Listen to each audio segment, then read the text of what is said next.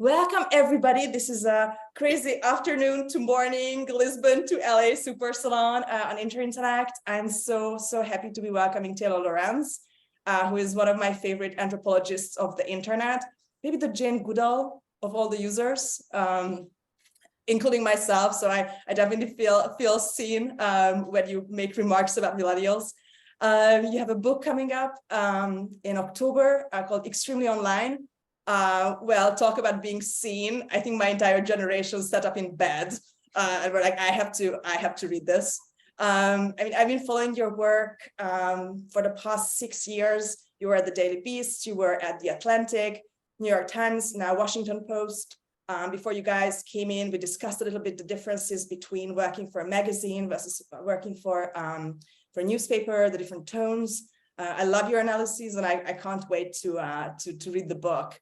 Welcome, Taylor. Welcome to Interact. Yeah, thank you for having me. Thank you for starting your. I'm such a longtime follower of yours, so it's so nice to finally put like a face to it. To all the tweets. Yeah. Before we jump into the book, I have tons of questions. Can we do some goss? Like, what's your favorite current social media app? What's happening? I know you sometimes change the list. I know. It's because I just, it's like depends on your mood. I really like Threads. I'm a Threads apologist. I know it will probably fail because Facebook has such a terrible track record.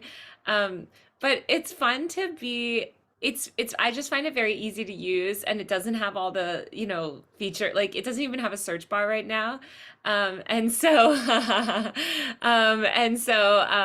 I think it's kind of, it's just fun to be able to experiment with that one. So that's my favorite app right now. Who here is on Threads already? Anybody here is on Threads? No, guys, get involved. I don't even know if they have it in Europe though, because there was some law. I think I saw people tweeting that you can't get it in the EU or something because of the privacy. I don't know. Facebook's harvesting data. Oh, you had to switch to the Indian app store. Oh, wow. Okay. That's clever. That's like next level. I think Taylor, you've also been through the Clubhouse craze. Then we all collectively fell in love with Blue Sky. We had Jay Graber here a couple of weeks ago. I'm still on Blue Sky, but I think nobody saw coming that this would end up as one of the favorite apps of the American intelligentsia. It came as a surprise to Blue Sky as well. I would love to, when we talk about like the social history of the internet, and I think you are one of the key experts when it comes to that. Where are we now? If we look at the social history of the internet, are we at the beginning? Are we at the end? Is it so over? Is it back, baby? No, I think we're just at the beginning. I mean, I think the whole power of the internet is its ability to connect people. And so I think we're still very much at the beginning of that. But I do think we're ending this kind of immediate phase of let's have everyone connect with everyone in the world all at once, and everything you post default goes to everyone on the entire platform. Like these big broadcast-based social networks, I think that define the 2010s. I think people are getting a lot of fatigue, and also they're just so overwhelming and unwieldy. It's like hard to moderate. And so I think that era is kind of shifting. But I do think that we're in just the beginning of the broader sort of ways that technology will shape our lives and our culture. Like that's just beginning. I mean, we're only a couple decades into the consumer internet, which is what my book is about. And I think we're definitely in a transitional phase because there's all these really tough things to work out that come, problems that come with connecting everyone at scale that we need to sort out. So yeah. It's kind of an inhale, exhale process, that we have periods when we just want, remember Cocoon, these little apps, just your family, little kind of pocket universes on Twitter, and then you have these big broadcast periods in our, in history, kind of like a couple of years. It's very fast.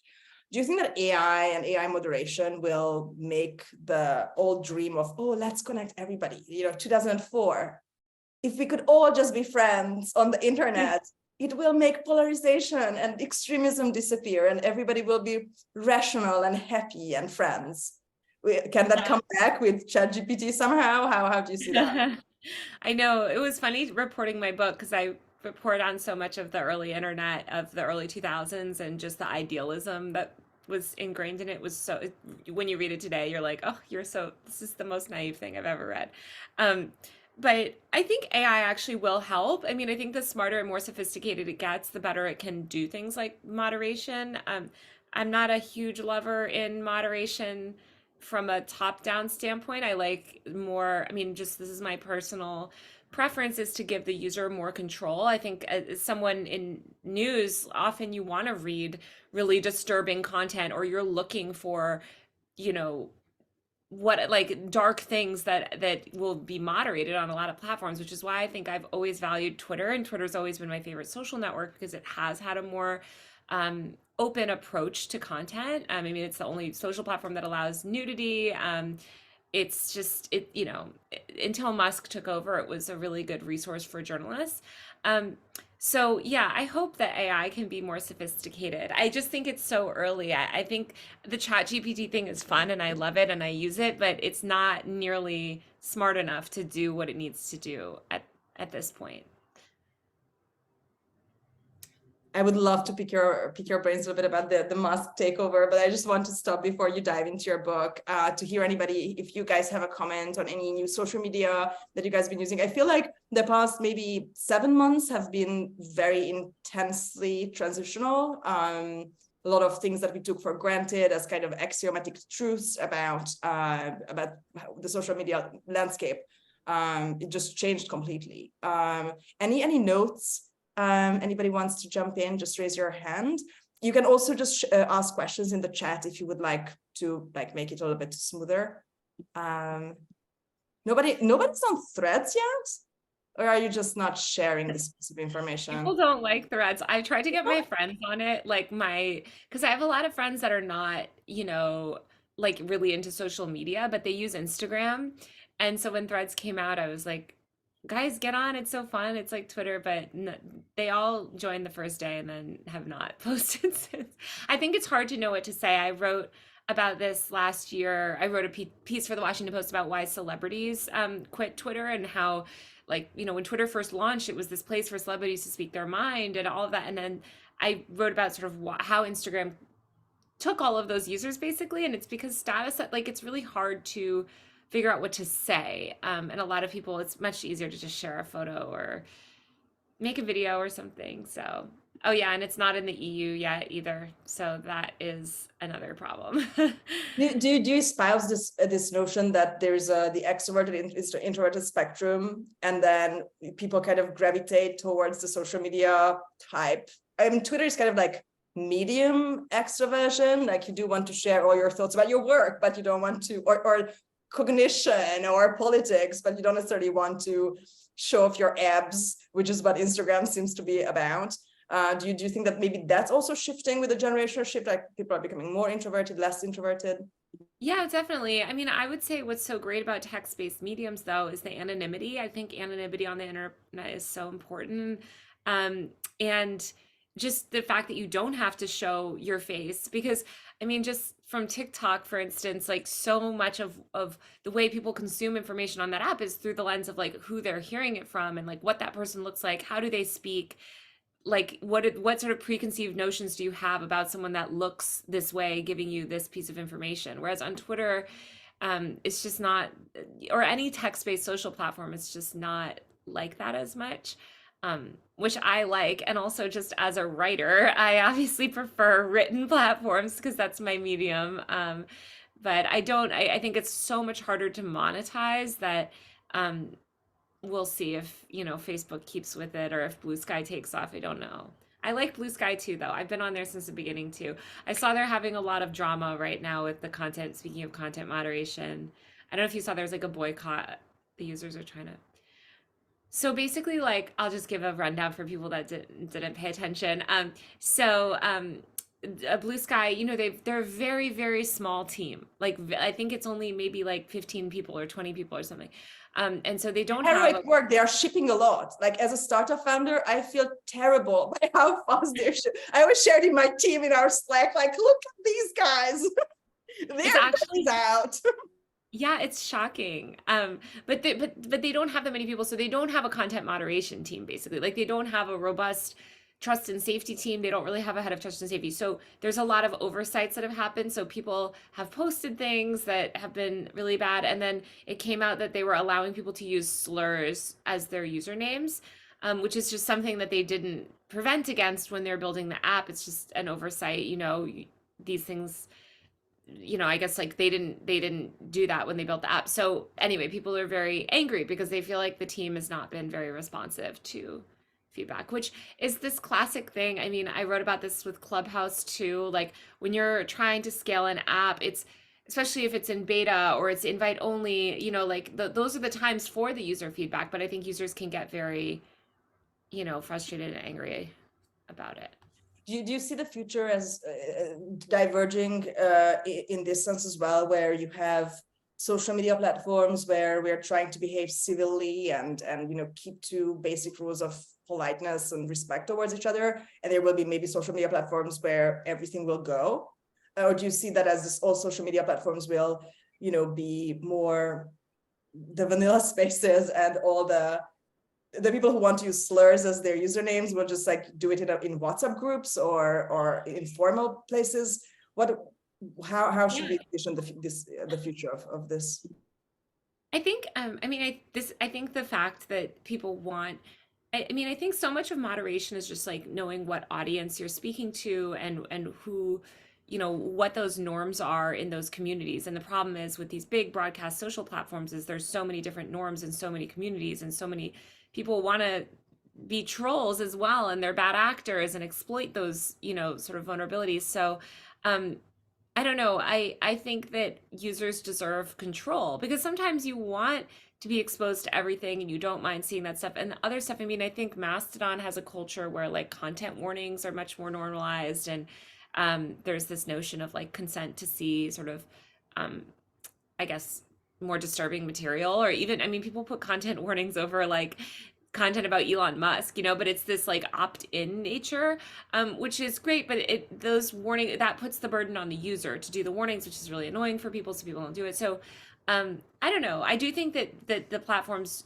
will, like, this is such a problem, that they need to do maybe more of like a Reddit model where it's like certain subreddits are very freewheeling and then certain subreddits are very locked down. And that's the problem is that Reddit relies on this community moderation model where they rely on their community, which is really unpaid labor, which sucks. So I don't know. I'm hoping maybe AI will fix some of this. I don't know. It's one of those problems that come with just connecting people. Sort of bit like how paranoid Twitter seemed to be about Substack notes, whereas to me, the notes feature is more similar to Reddit, in the sense that your experience in the exchange will depend on whose Substack are you at, right? I'm sure there are, if it's a trauma healing community with very strict moderation rules, you will have a very, very different experience in terms of the intimacy and the depth and the kindness expressed between the interlocutors, versus I'm sure there are Substacks where you have a very different experience and it's more public, more political, and maybe less respectful of, even if they just keep to the moderation rules. I mean, clever people, as we know, I mean, anybody who has gone through a YouTube comments section knows that there's a way to have a very aggressive conversation without using any of the words or expressions or syntax that would trigger or emojis that would trigger moderation. 100%. Yeah. It's messy. I don't know. I just got a community guidelines violation this morning from Instagram for sharing a news story about like Hunter Biden, and it's just like it can't the way that content moderation is done right now, especially on Instagram, it's all AI, but it's not smart. It doesn't understand the difference between news and a journalist discussing news and somebody sharing. I don't know. I mean, I don't actually think any news story should be banned from any platform, but I mean, obviously Musk disagrees on that. Musk's track record on free speech is horrible. I mean, he's sort of anti-free speech in every capacity, and So it's worrying to see someone like Even though that run, that's his motto, right? Or that was the motto behind the takeover. which is what, right, which is what he says, but then he does the exact opposite, which is classic like troll behavior, like it's like he says free speech, but he's the opposite of a free speech absolutist. And I mean, I know a lot of people who are extreme free speech absolutists, and I myself as a journalist, you have to be to an extent to do your job, like we require a level of that. So but he's just not, and it's frustrating, it's worrying to be on a social platform that is banning journalists arbitrarily, banning links to news articles they don't like, banning. It's just, yeah, it's not great. We'll see how that works out. I don't Yeah, know. but how would a Musk Twitter look if he was the free speech absolutist that he says he is? Well, it would look a lot more like 4chan, I guess. It would be one of these places that truly has no rules. Um, and you But I know, would never be on 4chan. Me So neither. Me yeah, neither. And that's why I exactly. don't think it should be that way. I don't think we should have that. And I also don't think we should have arbitrary bans on people. I think that we need a healthy community with some sort of guardrails around it, or at least not amplifying bad content, at least allowing people to share something, but maybe not, algorithmically amplifying it or allowing people to pay $8 a month and get in front of anybody. Like that's just it incentivizes spam, which so I don't know. It's a mess right now. We'll see what happens to Twitter. I'm just such a Twitter, like Twitter was after Tumblr was my favorite platform. I love Tumblr, but after everyone kind of left Tumblr, Twitter became my favorite platform. So Hmm. I hope that it can be turned around. It's so interesting. I had a conversation recently with Catherine D, who is the big Tumblr researcher in my life and a good friend. And we're both obsessed with Tumblr, kind of for generational reasons. But few people know that in a lot of countries where censorship was really heavy, and it would touch Facebook and Twitter, the early years. So for instance, where I'm from, Hungary, before everything kind of went down the toilet, the Gen Xer intelligentsia were using Tumblr the way we use Twitter. So it was like threads of political content, but not partisan politics, more like, the discourse on what should become policy, how should people live, kind of in between, as the millennials, the Gen Xers also had the hope that maybe there's a third better way, a third more complex way, and then you might get disappointed there. So I do think there's a hope, and we might be surprised, as I think you wrote this great article on how Gen Z uses Instagram for political discourse, and there's the kind of processing and integration of political events amongst young people happens, sometimes in places where I would never look. You do look for wonderful professional reasons, but I would never look at like kids commenting things on each other's Instagram posts, and you do. Yeah, I did a project in 2019. I did a fellowship on that topic of just Instagram for political discourse. I think news and politics are core to any social platform because those are things people want to discuss. That's why it's so funny to see like Adam Masari, when he got on Threads, he was like, "Oh, we don't want to be a place for news." It's like everything is new, like current events is that's what people want to talk about, whether it's like the Titanic submarine thing or some celebrity stuff. Like, news is how people communicate and connect. So that was kind of stupid of him, I think, but I'm biased Everything because is news. I mean, the kind of prompt question is what's going on, what's happening on every social yeah. platform. What do you think about Be Real? Are you on Be Real? Yeah, I've been on it since like the second week it launched. I'm not a huge Be Real user just because I'm in front of my computer all day. So like Nothing I feel exciting. like a loser. Like yeah, I'm like, oh, here I am again, being real, sitting on my laptop. But I have my cousins are all in school still, like they're in high school and college, and their Be Reals are more fun because they're usually out doing something. But It's yeah, I'm just not like, a huge. I'm not on it, but sometimes I'm out in San Francisco or somewhere else with somebody, and we're in the middle of a conversation, and he would be like, shh, like, okay, Yeah. Be Real time. We have to stop talking. Anybody here on Be Real? Do you guys use it? I Oh, feel like they've such fallen a off. such a moderate social media group that we have today. I love it. Yeah, I feel like it's fallen off a little bit. Like it had that hype cycle, you know? It's as Anna was commenting, it's I really love Nathan Best just has this post I think from 2 days ago on every about how, you know, Twitter is falling apart, he thinks, and threads might not catch up, and everybody compares Charles is back. Everybody compares Twitter to like a restaurant or a bar that works, but no one really knows why, because no restaurants should work, right? Like restaurants by default don't work. And then some become very successful, some bars also, there's a vibe and people are like, oh, this place has this like je ne sais quoi, but nobody really knows why. And the only thing here is like, don't touch it. Don't renovate. Don't, I know the wallpaper is like peeling off, don't, it's good. People love that it's dodgy, don't touch it. And this is a little bit how, you know, we're talking about the hype cycles of social media. Yes, you will have a big opening party and you will pay off a few celebrities at the beginning and there will be like 5 weeks of interest and then everybody will go back to the dodgy, smelly neighborhood bar, which somehow works, but we don't really know how. Do you know how? Do you know what's the, or have you come close to like maybe deciphering what the magic sauce might be?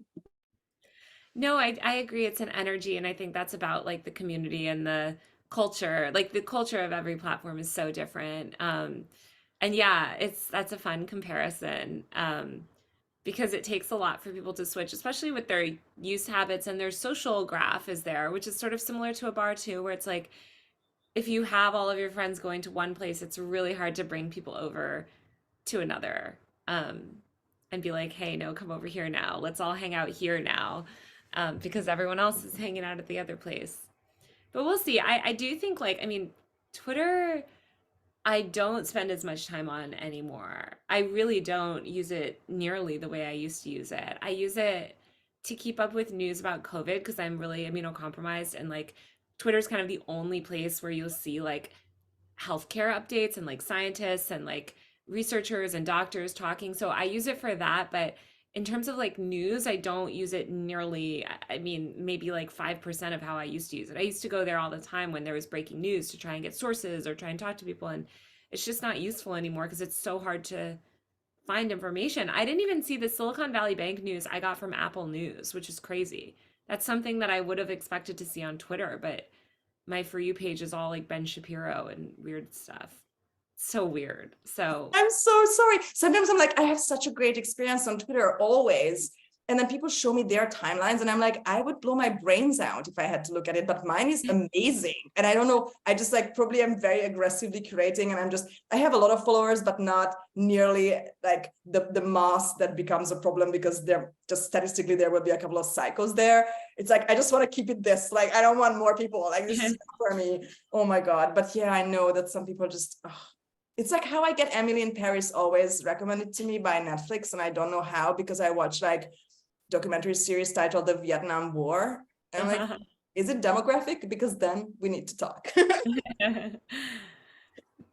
Let's jump in maybe a little bit if unless anybody has a question or a comment on current Twitter ailments and positives.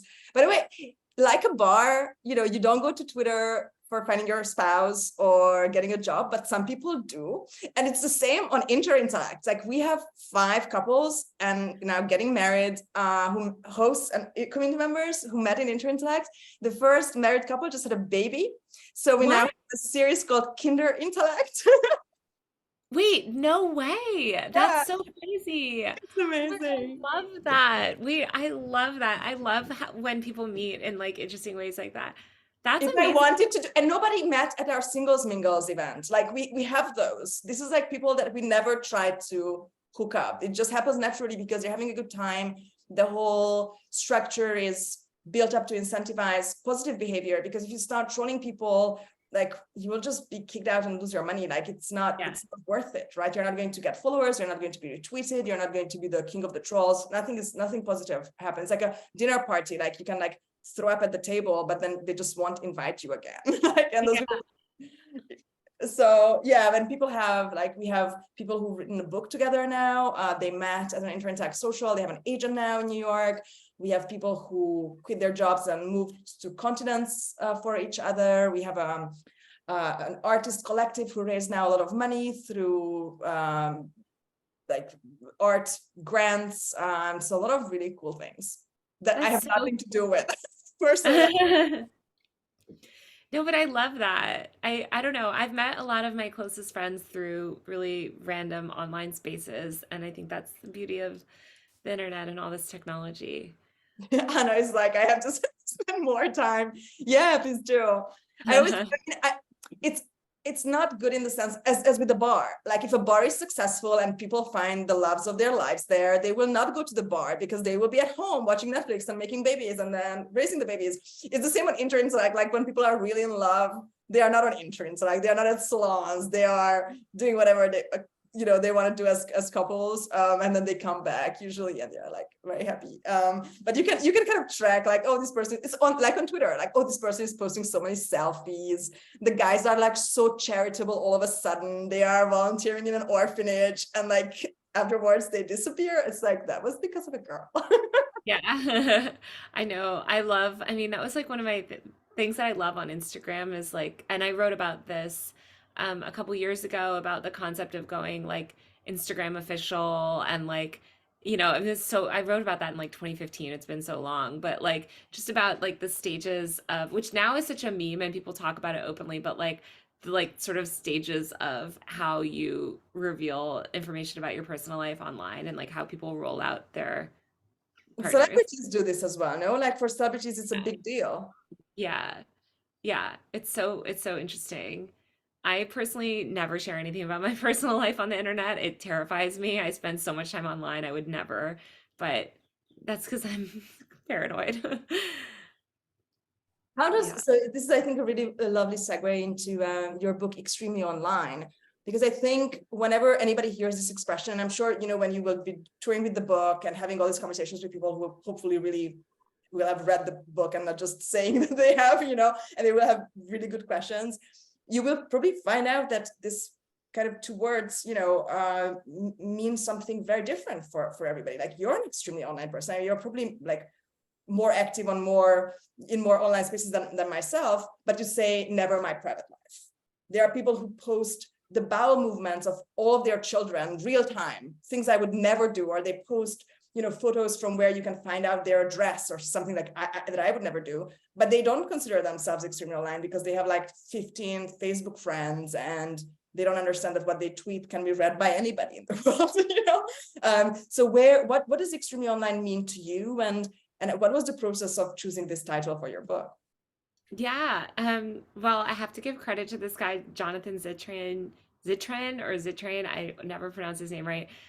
He runs the Berkman Klein Center at Harvard. And I was there as an affiliate a couple years ago. And yeah, he said, if you write a book, you should call it Extremely Online. And I was like, I will. Actually, that's a good title. So yeah, I mean, obviously it's what I write about. I think we all have our own different definitions of it, but I think that collectively we're all becoming more online. And it just sort of speaks to how technology is being integrated into every aspect of our world and our lives. Like, I mean, right now we have the concept, there used to be really like a hard thing of like logging on and this concept of like, you go to the internet as like a destination. And now, I mean, I think people just accept that the internet is just part of our life and you're on it on your phone or whatever. But then I think, we're seeing also the internet being integrated into everything around us, like not just like Alexa and Siri and things like that, or like your smart fridge or whatever, but just the way that it shapes the world and shapes our culture. I would say that your online presence is your default, like that's kind of the default reality. Like my personality and like the people that I interact with, that's just such a limited group, and only a limited people have that experience with me in person. But on the internet, it's like you're able to kind of like like that perception of who I am online is reaches far more people. So I think it's almost a more real sort of, not real, but it's just as valid of a part of me, I guess, as my offline self. And so yeah, I think that's true for everyone. Even if you're just on Facebook posting 24/7 to your friends, we all are using the internet more and more. The world is not getting less digital. Do you, I love, I think you were on Eric Newcomer's podcast. Yeah. Yeah, we really love Eric. And I love this notion that there's no online and offline. Basically the manifesto that started Interact like said this is one of the points, like there's no online and offline. And the same way as, you know, in 2013 or in 1913, you would have said, oh, this house has electricity or a telephone. Today you don't say, I mean, hotels still say we have Wi-Fi, and you're like, wow, good for you, wow, that really had to be pointed out. But you know, we don't necessarily like add the moniker. And so I really, really love that. But at the same time, we are talking about separate spheres of lives. People have personal lives, work lives, political lives, online lives. And then you realize like, oh, actually an online life or online self is not really separate. It's more like an undercurrent in all the other lives. So do you see that, you know, as you are talking about your online self, like, is your online self different in 2023 from your offline self? And if so, do these selves interact? Like you meet a new person and they will react to your online selves and then you have to like merge it, or how, what's the everyday experience like? Yeah, I think for some people, definitely. I think for a lot of people, the internet is a place to kind of let loose and express parts of themselves that they're not comfortable expressing in person, which is actually why I think it's good for kids to have access to the internet. I know there's a trend of, I mean, I think the way that social media, I don't know that kids should be on social media necessarily, but you know, to an insane extent, but I think it's good for them to be online and expressing themselves and connecting with people and widening their world. I'm the same, very much the same person, I guess.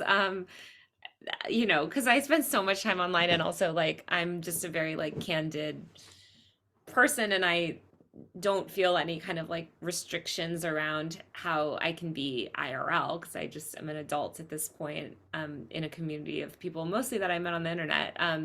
But you know, for a lot of people, that there is that more strong boundary because the nature of their physical reality makes it hard for them to be their true selves or express a part of themselves, which I think is too bad. But that's why it's so important to have these online spaces to, you know, connect and meet other people through.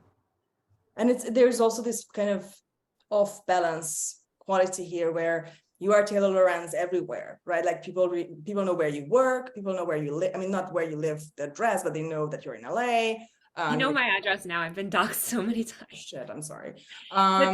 Yeah, but you're right. Like people But know. you're arguing with an anon, right? And so like there's this, you know, sometimes we have people on our Discord who come in with a nickname because they just forgot to change it for our server. And I'm always like, look, you know that you're talking to me. I want us to be equal. And then it always turns out to be like somebody I've met multiple. It's not malevolent, but it's just there is a power imbalance in that moment.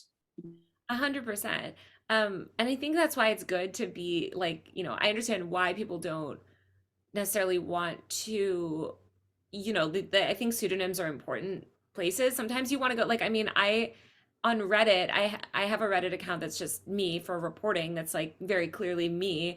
And then I just have another Reddit account that I use to like lurk and read. And I've never commented, actually. I don't know why I have a pseudonym on that account because I've never commented. Like the incognito window, like nobody should. Other than yeah, it's more just like I love reading all of these different like communities, and I don't want people to feel, I think it's also like as a reporter, if people feel like there's a reporter there, they get nervous or they think, oh, is this going to be written about? And I'm just like personally, you know, there as like a person, so I'll go, you know, read under that account. But yeah, it's weird. Actually, Discord recently prompted me to change, you know, they're trying to get rid of the like Taylor #57 whatever and give people usernames. And I was going back and forth because I'm so active on Discord, but I've never had my real name on Discord. Like people know it's me in every server that I'm in. They know that I'm Taylor Lorenz. But anyway, I just decided to make my username Taylor Lorenz, and I was like, I hope I don't regret this at some point, but it's me. Yeah, that's so interesting. It's a bit like the old-timey reporter mingling with the people in the cafe, listening to all the stories. Yeah, I mean, it's a double-edged sword. And I always think, you know, when Facebook had the first kind of moderation scandals, and they had to decide, are we a broadcasting company? Because if we are, then different rules apply, different constitutional, you know, liberties apply, et cetera, et cetera. Just tell people what you are and be consistent. Like people, like to me, that's a positive, version of the free market. Like tell people that in this space, you will have a lot of anons and it's going to be very liberal because we don't know who is who. And then that's that. Or you tell people like you are safe here and you can share, your deepest secrets because it's closed and it's real name and blah, blah, blah, and then don't have anons. It's just like 100%. being clear about that. Yeah, exactly. Just setting the boundaries. It's different, many different readings of the same thing. So tell me, who is the book for? Should I buy it for my mom when it's out to explain my generation, or is it for me or even younger people who don't even remember the time before the internet or the dial-up internet, the times when your computer was hot and you were static and sweaty? We have these deep memories about the start. Yeah, I know. I think each sort of generation of people or type of person will get something different out of the book. I've had a lot of people of different ages read it. Like the publisher of Simon and Schuster, who's definitely a boomer, loved it because he didn't know anything. Like he was totally coming in blind, where like he just didn't know anything about much. I mean, he knew they a lot of people know the corporate narratives of these social media companies, and they've read the YouTube book or the Facebook book or the Instagram book, which I love all of those books as well, but it's a very like corporate lens through which to view the rise of the internet. And I wanted to write a sort of a more social history of the rise of social media, and talk about the emergence of the content creator industry, which is sort of what my book is on. So I think for boomers, it's gonna like they're gonna be like, whoa, this is all crazy. I think for millennials, we lived through this, and so it's kind of like very nostalgic. Like that's the word that a lot of people use, that they're like, oh my God, I forgot about this thing of Vine. Or like the whole first half of my book is really just like the aughts and Facebook versus MySpace. And I mean, there is a lot of like sort of history there, but I think a lot of people have forgotten it, or they sort of know the Facebook founding story, but they don't remember these like challenges of Facebook sort of struggling to understand how to deal with people that had lots of connections, and people's desire to reach mass amounts of people, which is what MySpace offered at the time. Which it's so funny because I went back through all these MySpace marketing decks, and MySpace uses the exact same language that TikTok now Tom uses. is still the love of my life. I still at his little computer, Yeah. just trying to help me. Love him. He's such a unproblematic rich person too. He just like made his money and just tapped out. But anyway, I think that millennials will get them from that. I had Gen Z. I mean, my fact checker, or the guy that did all the citations for my book, is I think 21 or 22. But he was losing his mind because a lot of For this him, it was like archaeology, like Heinrich Schliemann yeah, Troy. Like, oh my God, yeah, you guys had this under the sedimentary layers of the beautiful. I went on Mastodon and I had this PTSD from 2003 computer room because that's how it felt to set myself up. And I was like, oh my God, this is how the internet used to feel. yeah. It's It's so crazy. DIY and you were sweating and it took you hours to make a profile. And just like what people got backlash for. I mean, a big through line through my book is women, and women, I mean, these foundational women who were power users of these platforms, and totally reshaped these platforms in really fundamental ways, or sort of shaped the direction of the internet and this concept of online influence and content creators as entrepreneurs, as workers, and just the vitriol that they got. I mean, it's crazy. And then you see people that did stuff 15 years ago that people like Mr. Beast and David Dobrik are praised for, and back then it was just like, I mean, vicious. And especially the traditional media. Like the traditional media is such a villain in my book, in the sense of like they just, especially I wrote a lot about mommy bloggers and women, who were really, those mommy bloggers were like the first to really commoditize their personal brands online, and pioneer a lot of these revenue streams that influencers today, rely on. And it was just brutal. I mean, what the press did to them was so brutal, which they didn't do to the male political bloggers or the male, like those men that were writing about tech and politics. Them monetizing their blogs was no problem. But when women started to talk about their personal lives and then monetize it, that was considered like the most offensive thing that has ever happened. And Yeah, it's just kind of interesting because there's so much that like every young person that I've given it to under the age of 25 is just like, I cannot believe this stuff was so controversial and these people had to like fight through this. And so many of those women are off the internet now because they couldn't, sustain the level of backlash that they received for what they were doing. So it's kind of crazy. And same with a lot of the beauty, a lot of the beauty vlog, like the beauty vloggers. I wish there was so much that got cut because my book got cut in half. Oh, more than I had to cut 65% of my book because I wrote so much. Your It was next crazy. book.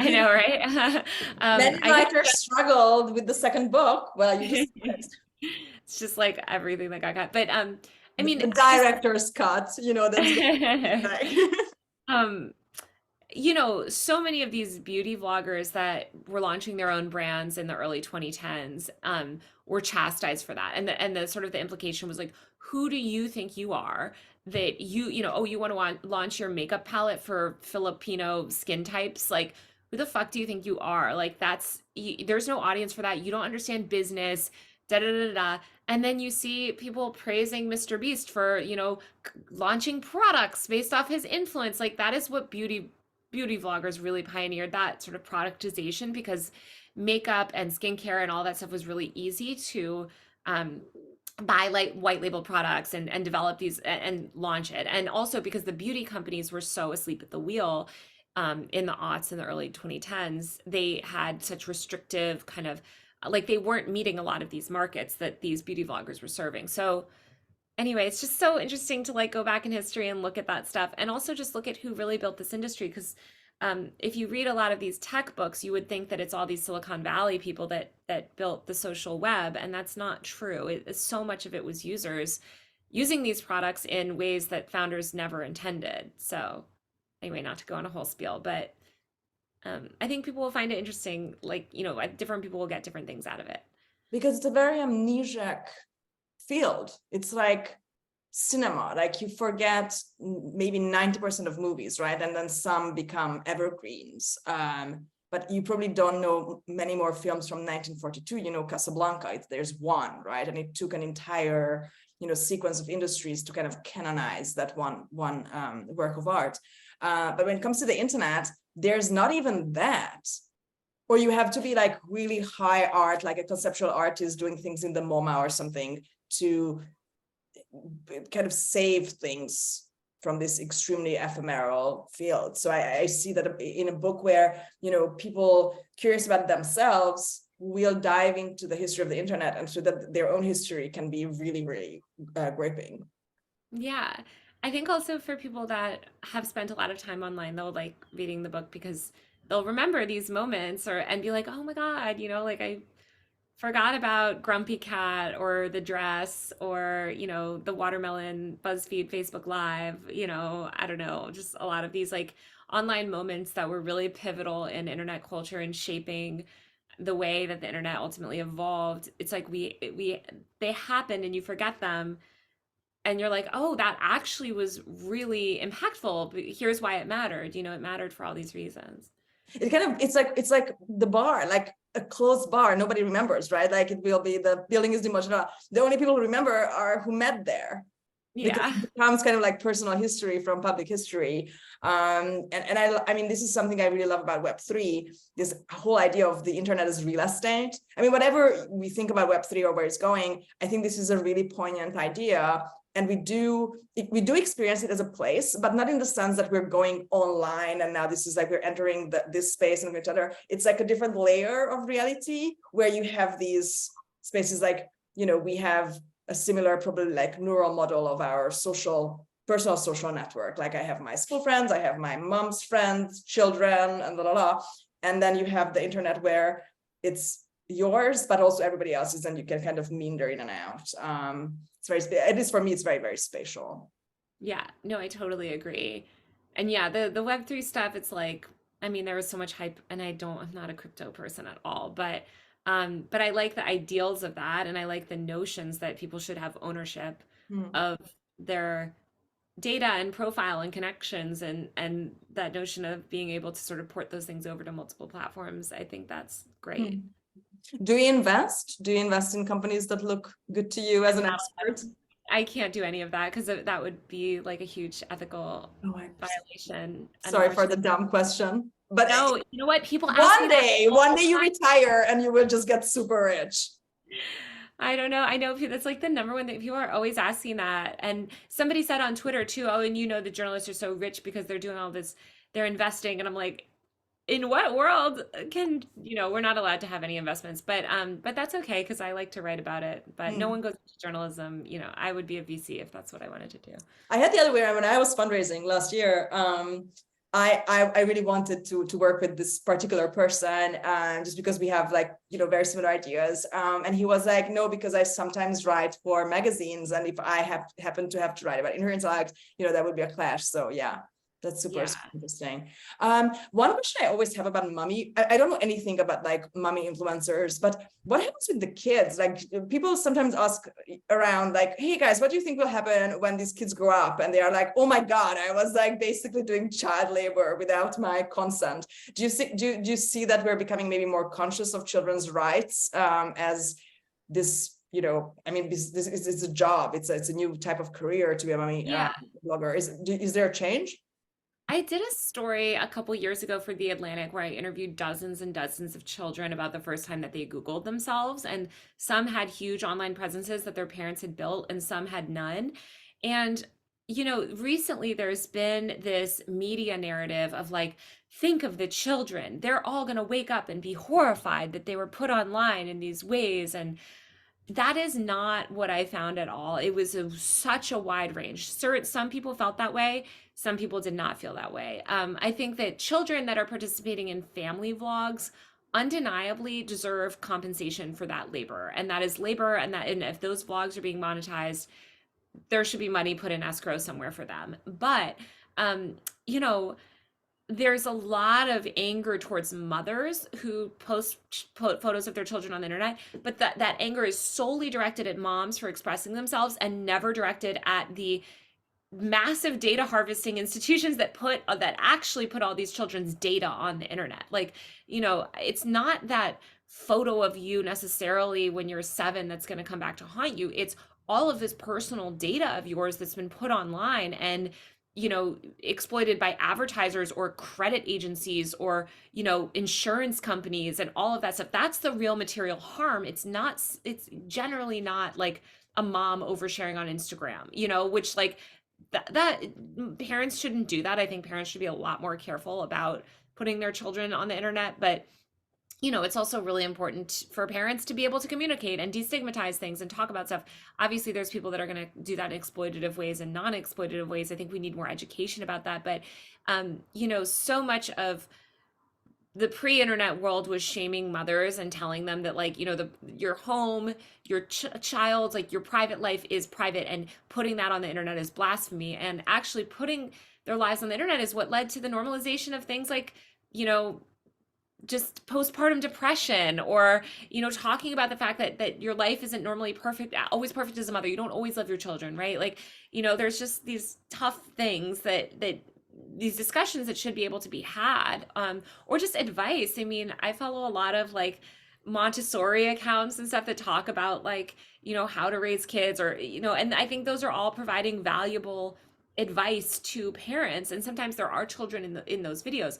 Again, if those videos are monetized, those children should be compensated. But when I did that story for The Atlantic, I was just so shocked to actually talk to young people because it was such a wide range. I mean, a lot of kids were frustrated, so frustrated that there wasn't more about themselves on the internet. Like this one kid was saying how it was his goal to get more Google photos of himself. He felt like he didn't exist because when you went on Google and you Googled his name, there weren't photos of him.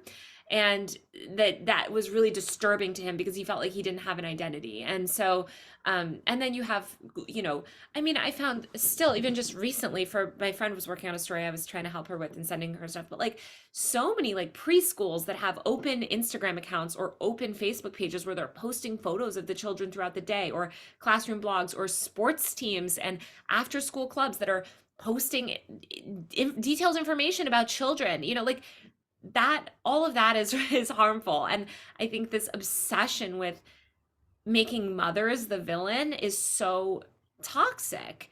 and it's misdirected, and what we should be going after are these massive companies that are harvesting our children's data and then using that in nefarious ways. Anyway, this is, I could like rant about this for hours, but it just is something that bothers me.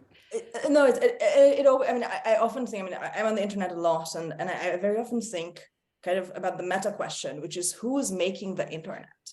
Is it the companies creating the aggregator platforms, or is it the users? And it's kind of, to me, it's a very interesting, moral philosophical question. How much free will do you have? If you have been driven into bad behavior because of these mean algorithms, then if you commit a crime, for instance, you dox somebody, or you commit a hate crime, or some other thing that is just like maybe like a lesser crime, but still you shouldn't be doing that, then are you at fault? Or is it the system? And I think we are kind of in a shifting understanding about that as well. And the pandemic was a huge kind of it propelled us towards faster change. Would you agree? I totally agree. And I just think that we need to keep our criticisms on the systems. I mean, of course, we can do both, and we should incentivize better norms around privacy. I mean, I felt so invaded. I was at this event recently. I'm crazy about pictures of myself. Like I just, because I have a lot of stalkers, and one in particular who's a really, really, mentally unwell man who, it's just scary. So I'm really careful. And anyway, I was out with a bunch of people, and this girl who I know with 1.1 million followers, like, I didn't think that she was recording anything. And she posted this Instagram video of me talking, and not that I was saying anything even remotely controversial, but it was stuff that I just probably, I was talking about my life, and it was stuff I wouldn't have put online, and that she was posting it to an audience of over 1 million people. And so I freaked out, and I was like, oh my God, can you delete this? And she was totally fine about it. But I think it's just that like notion of consent and giving people more control over what's out there about them. What are people sharing? Could you, I love that Black Mirror episode where you can like mute people, and with all the facial recognition around, like I just wish that I could like mute myself. Like I wish I could have just like blurred myself out in someone else's Instagram photo, which we used to have this notion of like untagging, right? But like now it's just so easy to find content. I wish that people had more Bring ability back to. those hats where the ladies could like put down the black veil Yeah. if they wished to go incognito. Yes, exactly. We need that, but for digital spaces, in my opinion. I think I think Apple will come up with something around that. I think there will be companies. I mean, maybe I'm being a complete naive here, but I do think that it will be a need for at least some parts of the audience, and there will be a company whose like unique selling point will be to respect those wishes, and we will just like migrate there. But it is scary. But it also, like, if you think about where augmented reality can evolve, to me it's also scary that, okay, somebody might go to a panel with 4 speakers, and he or she doesn't like one of them, and they will just like blur them out. Like I don't want to hear about this person. I guess I mean more I like, think you should hear out everybody. totally agree. I think it's more like yourself, like giving yourself the autonomy to like remove stuff about yourself, which actually there is a trend towards this, especially children is what I'm thinking of this. Like, there's the right to be forgotten rules in the UK, in EU now. I mean, Europe has just a lot of the stuff Europe has that we don't have yet. There was a law in France, and I don't know if it ever passed, but it was a point of discussion for a while in France of like, you can request from these social platforms when you turn 18 that the content that's been posted about you be removed, which, would be great, actually. I think that's great. Like, if that content was automatically private just to the person that posted it, that I would support that. Like, I think that we all want more control over the narratives about ourselves online. And that's what's so jarring a lot of times when these kids grow up is you come onto the internet and you see this version of yourself and this narrative about your life, often posted through parents, but sometimes schools and organizations and stuff, that doesn't necessarily jive with how you view yourself. And that's really disturbing, especially for children when they're trying to define their own identity and discover their own identity. So yeah, I think that these are all tricky issues that like we're going to be dealing with for decades to come. And America has a horrible track record on privacy. So I'm not like it's a little worrying, but I think what's going on in Europe is is better. I feel it is also, and I know there are a lot of Americans here, so please, jump in if I'm incorrect or if you agree. But I also feel that this changes something about the what seems to be like a basic social fabric of America. Because I remember having this conversation with somebody older when I was very young, like, we were looking at all these European revolutions and like why, hasn't been a big one in America. And this person said like, oh, it's because America is really big. Like, if you don't like it somewhere, you can move across the country and start anew. Like, for Europeans, you had to move to the colonies, basically, as Eleanor Catton's wonderful book, The Luminaries, is about like the influx in New Zealand in like the mid 1800s, like all these people from all over the world who have to start again for whatever reason. They have been disinherited, they have been compromised, they are the youngest son, whatever is going on with you, and you can start anew. But in America, you could do this within the country. Like, you could pack up during the Great Depression and literally like cart your family across a continent through different time zones, different climates, different languages, and nobody knew anything about you. Yeah. And so that was a great pressure valve, it seems to me, because you didn't like whatever legislation in Texas, well, you could pack up and go to Maine. And I remember watching the Capitol riots and feeling that, oh my God, America has shrunk. America has become smaller. But the whole world has become, you can't just like up and, like, if Taylor Lorenz moves to New Zealand, you're not really starting again. I mean, you are starting again in many wonderful ways, and hopefully hiking a lot, but you're continuing your online life where you left it.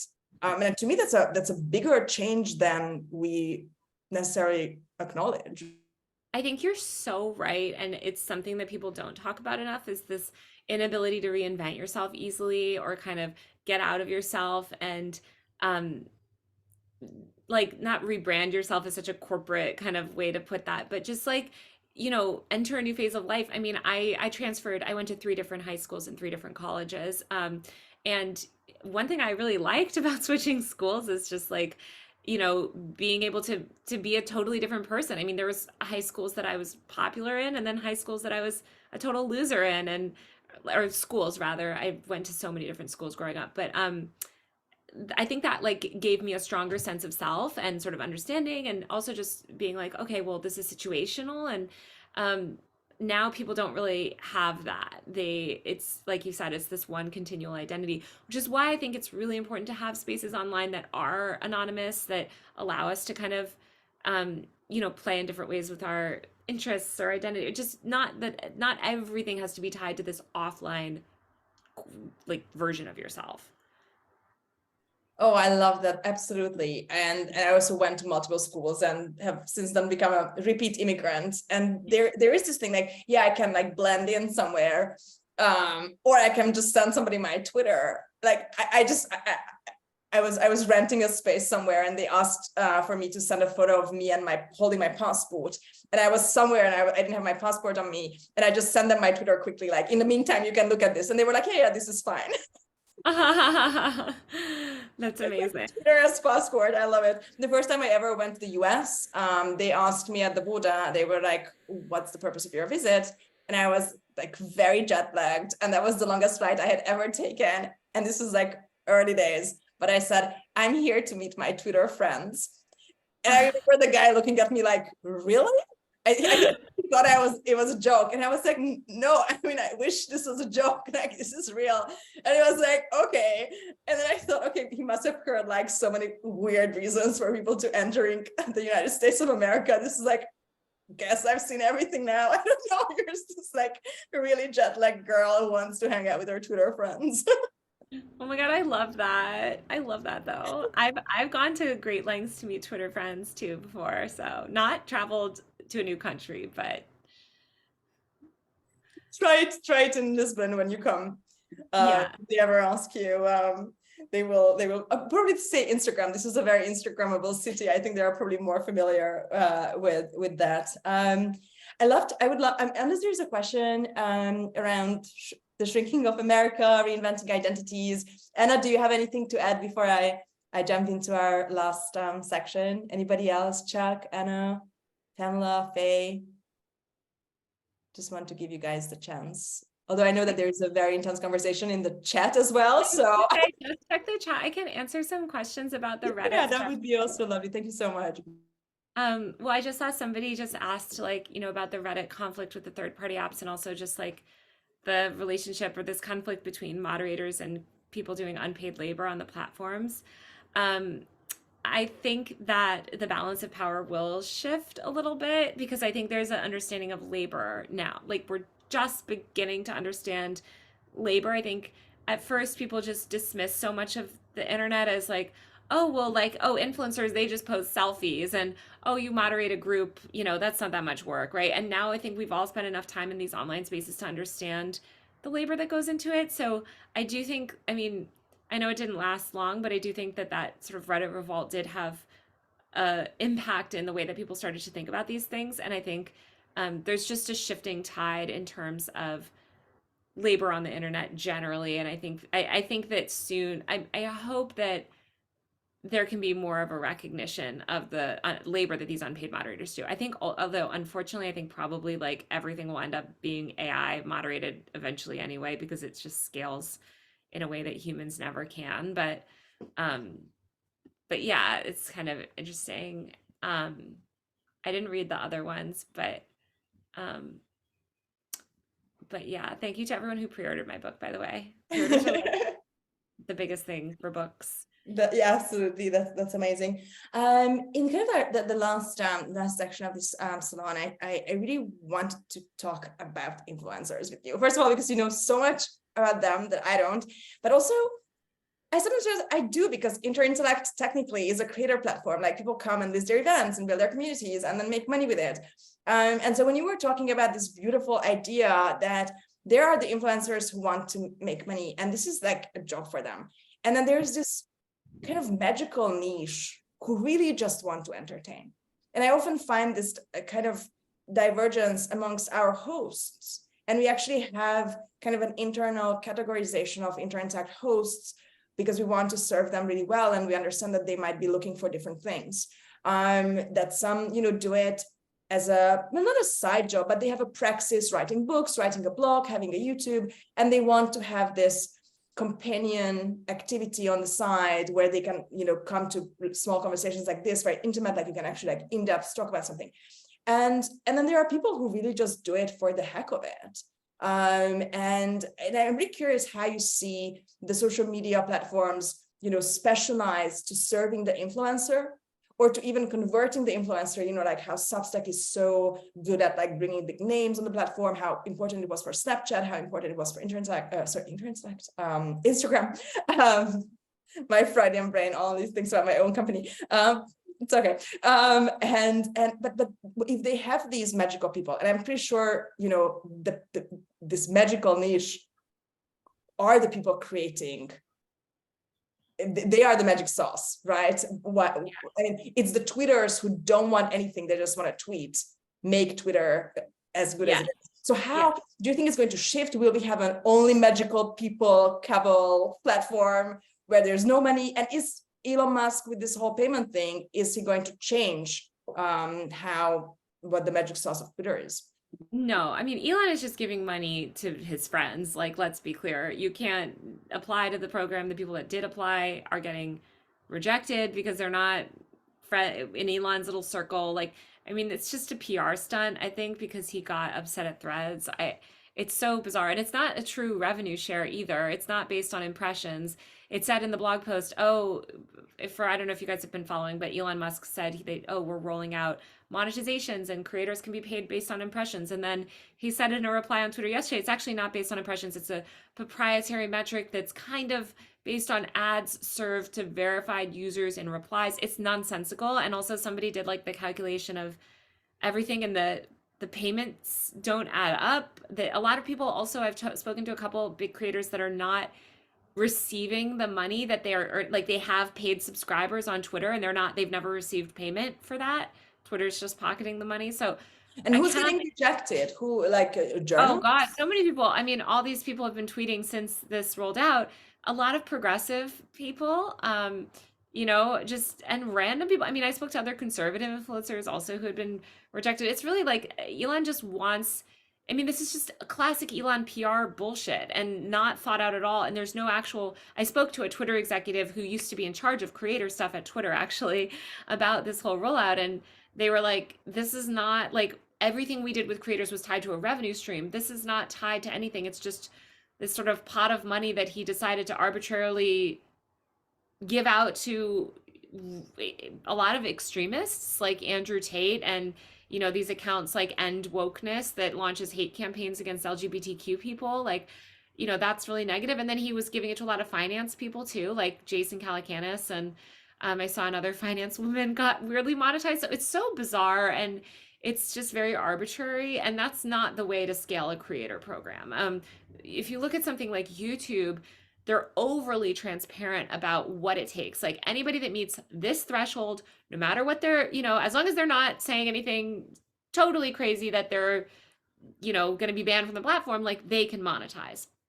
That's not the case with Twitter. It says everyone that wants to monetize is subject to human review, which is really just a way to not monetize people he doesn't want to amplify. So I think that's really harmful. Same thing with Substack. Substack would never do this. I mean, every other platform would never do this because no other platform is run through in this like petty, arbitrary sort of personal vendetta way. Like, other platforms, it's like if you meet the qualifications for monetization, you can monetize. On Substack, you set up an account. If you get subscriptions, you get that money. That's not true on Twitter. And so I just think that this is a mess. And Elon has had an extremely hostile relationship with creators. He doesn't understand that creators are the ones that create value on the platform. So the first thing he did was, take away blue check marks, which are actually a service to users. Like users want to know that like if I'm quote tweeting Wolf Blitzer or whatever, some big content creator on there, like that's the actual guy, which now is gotten all messy because nobody, you know, the value of having sort of algorithmically ranked replies that sort the best replies to the top. Like again, that's a service for users. To allow anybody to just buy a blue check and then get to the top, that actually creates a worse user experience. Anyway, I could rant about Twitter forever, but like it's such a weird misunderstanding of the value of users and content creators. I don't think that we're gonna ever see a platform just for content creators, like, or just for people that want to like have fun. I mean, there are those spaces online where you really can't monetize, but I do think everyone wants to get paid for their work and earn kickbacks for their labor if they're able to. So I don't know. I went on such I can't even remember if I answered your question, but no, I think that makes sense. And I mean, if I understand correctly, there's this underlying kind of persistent problem that we don't really know. Even Twitter doesn't know that it's currently being run by a guy who is, has a track record of making big money, right, on consumer products. We don't know how to monetize social media. And I'm always curious about this because, my company is desktop first, right? Like, because most video things are like, we know that Twitch, YouTube are like, I think only 25% mobile or something like that. I think it's a big like Pareto distribution. And we see from YouTube and Twitch as well, that when it's video content and when it's desktop first or Netflix, like monetization comes much more naturally and it sticks, it works, it's transparent, but we still don't really know how to monetize something that is not visual. And I keep thinking about, is it because of the visual nature of something? Like people feel that anybody can text something and then broadcast it, versus if it's video, it has a bigger value because we are visual humans and we have objects, and then the objects have a fixed value and we're more comfortable paying for it? Or is it because we are happier to pay for something that is desktop, or a combination of that? Why do you think it is that video seems just much more easy to monetize? Yeah, well, I mean, I think a lot of these platforms are advertiser-based monetization schemes, and video lends itself to ads because people are spending longer times with it, so you can run ads before or run ads in between, a 10-minute video, whereas written text is a little bit hard. I do think it lends itself more to subscription monetization, which is not what these big social platforms are built on. Or have facilitated. I think Twitter, even pre-Elon, was in real big struggles to monetize and has never allowed creators to monetize their content. And actually, that was a big that was a big thing in the early days of social media, which my book talks about this. Oh my God, review, yes. Their newsletter platform, short-lived. This was a big conversation early on because the reason a lot of these tech platforms ended up being so hostile to creators was because they thought that if they had to pay celebrities to be on, that everyone would start to demand payment. So they didn't want to pay anyone. They just thought better to not pay anyone because otherwise we'll have celebrities demanding to be paid to be on. Um, and that's just was kind of stupid. Like that was short-sighted. They should like YouTube was the only one that was like, actually, we're gonna pay our user base. Like that was groundbreaking. But no other platform, all the other platforms kind of rejected those ideals. And now I think suddenly there's like an understanding of like, oh, these power users, like you said, are creating a lot of value and they deserve some sort of form of compensation for that value that they're generating. Oh, But I of course, the love tech that. companies, at this point too, the tech companies don't want to give up any of their profits. So that's why they don't, that's why a lot of them won't roll out more robust creator monetization because they want to keep every penny for themselves. Unlike us. Sometimes people are like, how much money is internet tech making on somebody else's salon? It's like, next question, you know. um, it's so interesting. A very, very smart friend of mine who works in the space has this long-tested opinion that YouTube is actually the biggest social network that we have. It just is very careful not to let anybody know that that's what they're actually doing. We have a person on my team who's a YouTuber, and he makes really good money with it. Like if you're, and it's not even that big. It's just like if you're, good at it and consistent, you just like build it up. Yeah, I mean, YouTube is just the most sustainable, and that's why people want to, be on there. The problem with YouTube is growth is incredibly hard because it's such a saturated platform. Such a saturated platform relies heavily on search still. I mean, it's the number 2 search engine in the world. So it's hard for content creators because there's not that good discovery. And I think discovery, like TikTok has done such a good job of integrating, all these features that facilitate discovery and new people and stuff, which is also why people don't have long-lasting relationships with TikTokers though, because that's often like you come and go through so much more content. But yeah, I mean, YouTube will always be the gold standard because they've built the system and they have an entire team, and like, I mean, it's been that way You since never hear from the founders. They are not the biggest people on their own platform. They just do a good job. Yes, exactly. And if you were forced to consume the CEO of YouTube's content every day, none of us would be on YouTube. That would be a horrible experience. Oh my God, yeah, that's definitely it. It never occurred to me that I know, the founding story of YouTube, and I've read like, I don't know, Vanity Fair profiles and stuff like that, but that's it. And I'm pretty sure it took a while to like book that Vanity Fair profile, and it was like an extensive, because these are private people who are just trying to do a good job.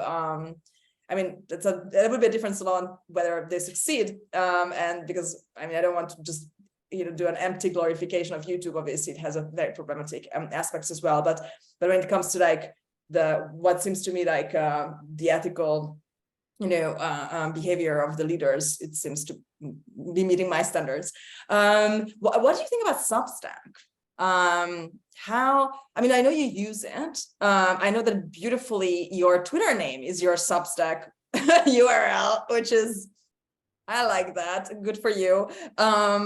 But we hear about them a lot. And then lastly, I'm an investor in Substack, so I participated in this in their crowdfunding. So I'm always trying for it to work out. Yeah. I know. What is your neutral, unbiased professional take on them? I want it to work out because I want to live in a world where people pay for good writing, and I love that notion of paying for writing. I think it's just really hard because they're in this weird in-between area where they're offering email subscription newsletter platform, but then they also kind of have a lot of social features tied to that as well, like Substack notes, or they're trying to help discovery. I think discovery is hard. When you are a Substacker, Twitter was the main way that you amplified your work. And Twitter has now, I've talked to Casey Newton about this before, because he, Twitter was such a huge fire hose for subscriptions and traffic and stuff. And when Elon cut that off, I think it's hurt a lot of Substackers because they don't have as good of a way to get the word out. Posting about your Substack on Instagram, it's just not going to hit the same way as it is on Twitter, because Twitter is where people go for ideas and information and written content. So I think hopefully Substack can do a better job of discovery and helping people discover great new writers. I'm just a huge supporter of it because I use it myself, and I want people to pay for writing as a writer. It's very self-interested. I think it's a little scary that a lot of the biggest people that are making the most money are like disinformation type people, but I think that's true if you look at a lot of newsletter platform. Like what does really well in terms of monetizing newsletters is analysis and opinion content and commentary content. Unfortunately, I don't see a future where Substack will facilitate in-depth reporting, because the amount of legal stuff that you have to do reporting in this country these days is really hard. I mean, you are sued all the time. You are sued all the time. And those lawsuits are intended to bankrupt you. And if you don't have an institution behind you, it's very, very, very, very, very difficult to do any kind of meaningful journalism. That sounds very stressful. I hope you guys get some kind of mental health support to be able to do this. I'm very close friends with an investigative journalist. I mean, he's doing more like oligarchs kind of things. That's scary. Those people also come for you and different. That's terrifying. But I know that they get like support groups and stuff, because you just can't deal with that amount of animosity as a one human.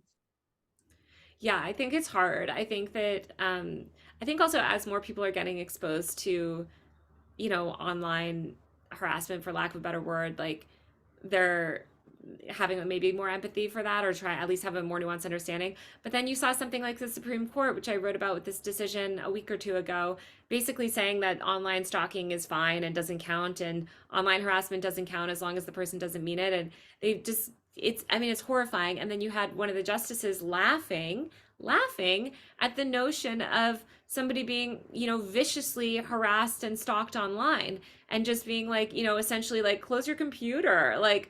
And it's just, it shows how completely out of touch these people in power are with the internet and with the internet. I'm going to put the story that I wrote. I haven't read this one. That's horrifying. I mean, people lose their jobs, their minds, their spouses, everything, people don't understand. This is the problem, is that the right wing sort of arm of this country has framed online harassment as just like mean tweets. And that is not what it is. I mean, that is part of it, sure, and that can be very traumatic for certain people, but what it really is like downranking all of your family's businesses to put them out of business, filing fake CPS, stealing books before they are published, right? It happens all the time. I'm sure, it happened with my I had a podcast that's currently rated 1 star for this exact reason. Like, it's just like review bombing. I mean, it's all these ways. Basically, it's people taking the internet and manipulating it and exploiting it in ways to destroy people's lives. And the fact Are you worried about this book? Of course, I'm sure it's going to happen. I'm sure. Who knows? I mean, I have so many crazy people. That's just the nature of the job, and I don't care. Whatever. Like, and I also have enough of a profile that it's okay. Like, I mean, it's like, oh yeah, it's horrific. The men on the court are insane. I just saw the comment. Yeah, I think, for me, I have a lot of power on the internet because I have my own voice and I have my own platform, and I've educated my followers to, when they see that stuff, to know better and to be like, oh, well, Elon's yelling at her again today, so that's why there's probably this stuff happening. But normal 99.9% of people don't have that privilege. Yeah, we've been hearing about these things since like 2015, and I always think like, oh, maybe this year is going to be when people will be able to spot manipulation, and no, still not. No. When people were like, oh, it's going to be like fast food, like people will develop an immunity and realize that it's bad for you and stop eating sodium. I'm like, have you seen people? They are eating fast food. It's just called pub, gastropub now, you know, and it's with a fork and a knife. That's it. That's the difference. I mean, I hope I have to have a belief in humanity, but I actually have a corresponding question. Because I don't think I thought about this, you know, with regard to the markets and investment and the vibe session and things like that, that when it comes to, you know, investment on Wall Street, you know that there's a role for scandals. People never do anything that takes energy and money for nothing. Like they want something, like people who throw a party and stay up all night, they want something. Like you don't just like tire yourself out for no reason. How do you see, what's the role of scandals in how social media works and grows? And how do you think there's a way where we can make our own noise if we want, or should we just shut ourselves away? So maybe it's two questions in one. How do scandals work for how successful a platform is, and how should we relate to these events? Yeah, I mean, I think that having a big scandal happen on your platform, or maybe your platform is the primary place where people go to learn about some sort of big scandal, is definitely, I mean, that just makes your platform more culturally relevant. And it also makes the people involved more culturally relevant. That's why you see influencers constantly getting into drama on the internet. That is like a core growth strategy, especially for the right. They're very good at sort of weaponizing scandals in order to grow their audience. And a lot of those are just manufactured scandals of like, oh my God, Target has pink boys clothes, like let's, have a complete meltdown about this for a week. That's just, it's galvanizing your base, it's growing your audience, and it's making more engagement for the platforms, which can then monetize that engagement. So it's only the right, because to me it seems like the extremes on both ends can do things where I'm like, no, I don't want to unfollow that account. Yeah, I wrote about this in my book a lot, but not really. It's really the right who has recognized this. Not to say that there's not 24/7 scandals on the left. There are, but they're not good at leveraging it for audience. That's why you don't see big leftist influencers. I mean, name 10 big leftist influencers. You can't. They don't exist because they're not good. And also, a lot of them are hyper anti-capitalist in the way that they don't want to participate in these economic systems, so they don't do that. But they're also really like a really a real left-wing person with integrity who's on the extreme will live in an anarcho-syndicalist community and be busy growing onions and will not be on social media. Okay, yeah. They're not like getting a Rumble deal. You know what I mean? Like they're just, so I think they're like, these platforms are hyper capitalist, and so I think the far right has always been hyper capitalist and sort of like leaned into this. Also, as I wrote about in my book, the media environments are so different on the right and the left that the right wing media has always recognized online influencers as valid. They've always integrated content creators into their media ecosystem. They recognize the power of the internet very early to kind of make their message seem larger than it is maybe offline. And that is, I mean, really Gamergate was like the blueprint for a lot of these campaigns, but they just recognize that outrage is something that these platforms reward, and they can exploit that very well for their own audience growth. And nuance is not something these platforms reward. And so I think when you have people, oh, I'm trying to fact check this, like that doesn't work. And these institutional powers, institutional media, I would say liberal media, as in like the mainstream media, they that have been extremely hostile to this new media environment and refuse to adapt to it and refuse to accept it, and actually been extremely like condescending towards it. Whereas on the right, they were like, oh, YouTubers, we love those, we're going to integrate these people in. And you see outlets like the Daily Wire, which are almost like a universe of influencers at this point, as much as it is like a website. So yeah, Ben Smith's book called Traffic is good at getting into some of this stuff. If you guys read that book, it's called Traffic, and it's actually about the rise of digital media. Should do a salon with him. Yes, I think about this. That would be interesting. Yeah, because he knows so much more about this from the media standpoint. And, right-wing media also has a long history of personality-driven media, like right-wing talk radio was such a big thing in this country. And so there's so many reasons why the right succeeds the internet. But yeah, and I get into so ironic because the internet is a little bit like a left-wing fantasy, right? I mean, the origin started that way. Yeah, it started that way.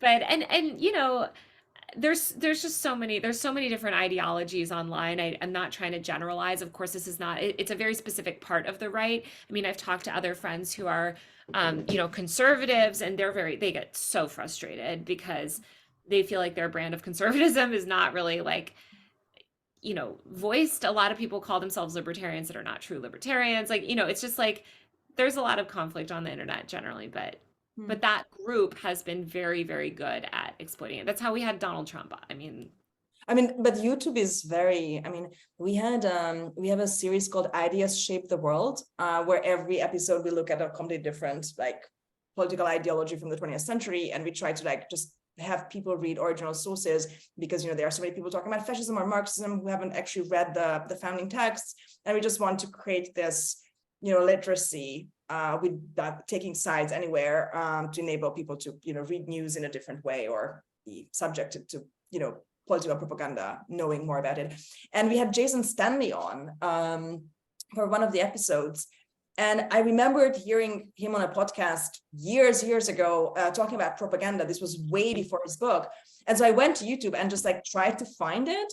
And like he is, whatever people think about this guy, he's a prominent left-wing thinker, an Ivy League professor.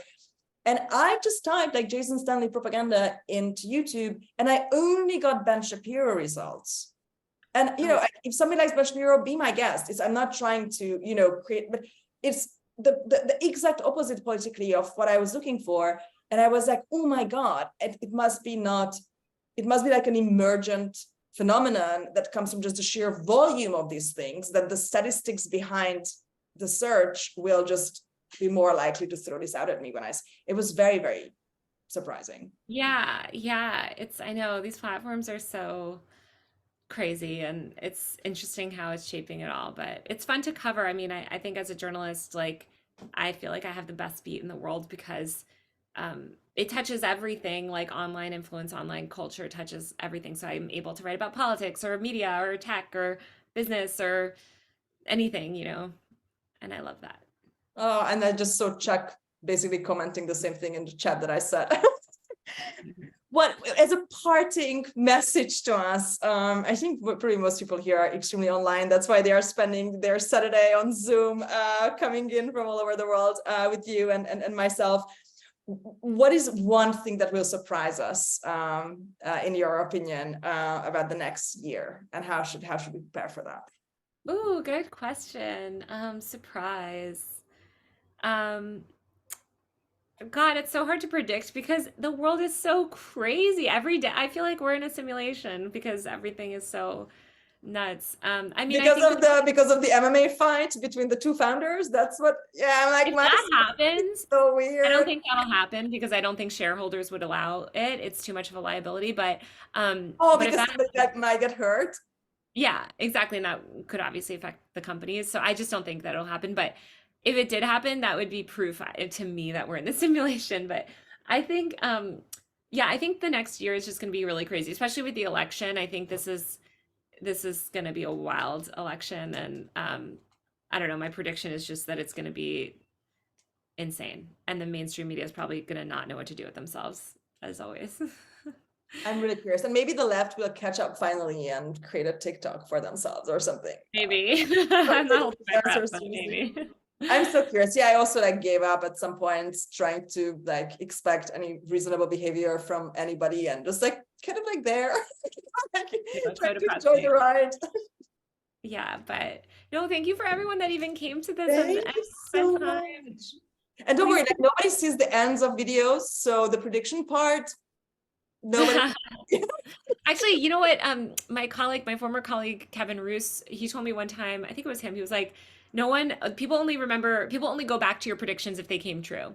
So that's so true. Because I've given a lot of predictions, at the end of the year, I always have tech reporters on TV to give predictions, and people always go back to the ones that said were true. And if you say a wrong one, people just forget it. So. Oh, I love that. I'm going to peruse this. Thank you so much, Taylor, for joining us. Wishing everybody the loveliest weekend ever, and go and touch grass like Elon asked.